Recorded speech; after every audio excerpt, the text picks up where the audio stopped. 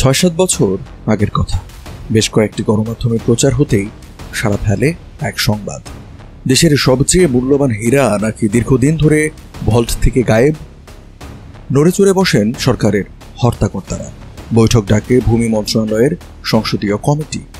হীরা আসলে আছে নাকি উধাও তা খতিয়ে দেখতে জোর দেওয়া হয়। কিন্তু হীরা হেফাজতের দায়িত্বে থাকা সোনালী ব্যাংক কিংবা ভূমি সংস্কার বোর্ডের সমসাময়িক কর্মকর্তারাও কখনো এই জিনিস স্বচক্ষে দেখেননি। তাছাড়া হীরাবাদেও সেখানে আছে আরও শখানেক রত্নালঙ্কার। সেনা শাসনের পর আনুষ্ঠানিকভাবে গত ৩ দশক ধরে খোলা হয় না এ ভল্ট। এখন এতদিন বাদে কোনো ১৯-২০ হলে সেই দায়ী বা কে নেবে? ব্যাস আর কি।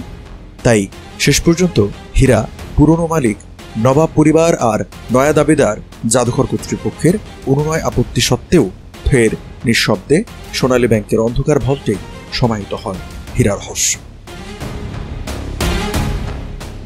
বলছিলাম বাংলাদেশের অমূল্য রাষ্ট্রীয় রত্ন দরিয়া-ই-নূরের কথা।